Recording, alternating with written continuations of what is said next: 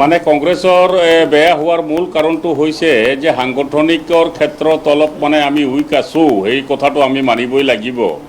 ইয়াৰ উপৰিও মানে কংগ্ৰেছ চৰকাৰৰ দিনত আমি 90% আসন জয়যুক্ত হৈছিলোঁ আৰু আজিকালিৰ মানুহবিলাক হৈছে টেঙৰ হৈছে, তেওঁলোকে 10,000 টকা পাব। তেওঁলোকে জানে যে ভোট দিব লাগিলে, ভোট যদি দিয়ে তেওঁলোকে চৰকাৰ পৰিৱৰ্তন নহয়, পঞ্চায়তে হ'ব। গতিকে চৰকাৰ যেতিয়া পৰিৱৰ্তন নহয় তেতিয়াহ'লে তেওঁলোকে নিশ্চয় মানে অন্যান্য দলক ভোট দি লাভ নাই বুলি হয়তো ভাবিব পাৰে।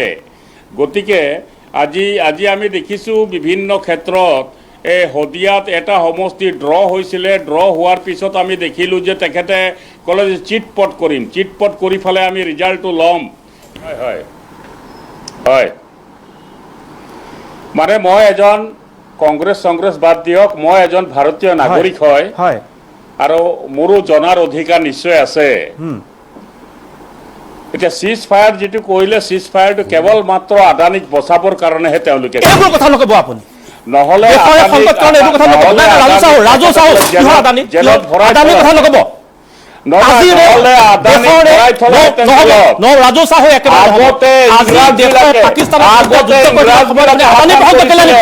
এতিয়া ভাৰতবৰ্ষৰ আজি ভাৰতে পাকিস্তানৰ বিৰুদ্ধে যুদ্ধ কৰিছে, আজি প্ৰথমবাৰ প্ৰধানমন্ত্ৰী নিজৰ স্থিতি স্পষ্ট কৰিছে, সস্তীয়া ৰাজনীতি আপুনি আৰম্ভ কৰিছে,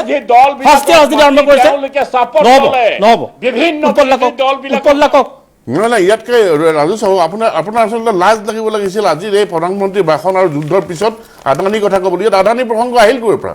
সস্তীয়া ৰাজনীতি নকৰিব ৰাজু চাহু, সকলোতে শোভা নাপায়। সস্তীয়া ৰাজনীতি নকৰিব, সকলোতে শোভা নাপায়। 3বাৰ গৈছোঁ মই আপোনাৰ ওচৰলৈ, প্ৰধানমন্ত্ৰীৰ বক্তব্যৰ পিছত মই আপোনাৰ ওচৰত 3বাৰ গৈছোঁ, প্ৰতিক্ৰিয়া আপুনি দিয়া নাই। তাৰপিছত মই আপোনাক ব্যাখ্যা কৰি দিছোঁ, তাৰপিছত আপুনি কৈছে এই যুদ্ধ বন্ধ কৰিছে আদানীৰ কাৰণে। ইমান ধুনীয়াকে অপাৰেশ্যন চলি আছিলে, আপোনাৰ ইমান সৌজন্যতা নাই আপোনাৰ যে দেশৰ বিৰুদ্ধে আপুনি এই কথা ক'ব পাৰে? ক'ৰ আহিলে আদানী, ক'ৰ পৰা আহিলে ইয়ালে? আদানী ক'ৰ পৰা আহিলে? আমি ভাবিব পাৰো নেকি যে ৰাজু চাহু নহ'ব। আজি পাকিস্তানৰ বিৰুদ্ধে ভাৰতৰ যুদ্ধত আপুনি এই মঞ্চত তেনেকে কথা ক'ব নোৱাৰিব। ভাৰতীয় নাগৰিক আৰু ভাৰতীয় নাগৰিক হিচাপে প্ৰশ্ন কৰাৰ অধিকাৰ নিশ্চয় মোৰ আছে।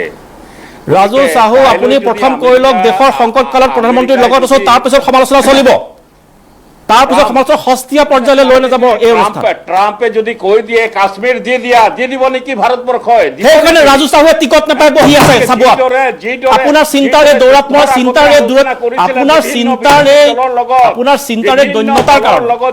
চিন্তাৰে দৈন্যতাৰ কাৰণে আপুনি আজি এই ইয়াতে আবদ্ধ হৈ আছে, টিকট নাপায়। চিজ ফায়াৰ কৰিব লাগিছিলে। এই যে আমাৰ পেহেলগ্ৰামৰ যিবিলাক আছিলে আতংকবাদী, তেওঁলোকে 3 ঘণ্টা সময় পলাব লাগিছিলে, কিন্তু এই প্ৰশাসনে কিহৰ কাৰণে তেখেতসকলে এৰেষ্ট কৰিব নোৱাৰিলে? কাৰ কথা কৈ আছে? 3 ঘণ্টা পেহেলগ্ৰামত যি ঘটনা হ'ল, সন্ত্ৰাসবাদীয়ে যি ঘটনা কৰিলে, তাৰ পৰা পলাবলৈ 300 কিলোমিটাৰ দূৰ বৰ্ডাৰ। ৰাজু চাহু, আপোনাক ভগৱানে সুমতি দিয়ক, মই এটা কথা ক'লো, পেহেলগামত আমাৰ ভাৰতীয় মহিলাৰ শিৰৰ সেন্দুৰ কাঢ়ি নিয়াৰ কাৰণে এই অপাৰেশ্যন সিন্দুৰ আৰু 100টা সন্ত্ৰাসবাদীক মাৰিছোঁ। তাত আমাৰ বিমান হাইজেক কৰা সন্ত্ৰাসবাদী আছে, মুম্বাই আক্ৰমণ কৰা সন্ত্ৰাসবাদী মৰিছে।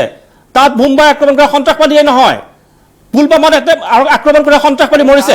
আপুনি কথা আগতে জানি ল'ব, অলপ কিতাপ পঢ়া শুনা কৰিব, অলপ বাতৰি চোৱা কৰিব, বাতৰি শুনা কৰিব, তাৰপিছত আপুনি কথা ক'ব টেলিভিশ্যনৰ মঞ্চত। ধন্যবাদ জ্ঞাপন কৰিছোঁ।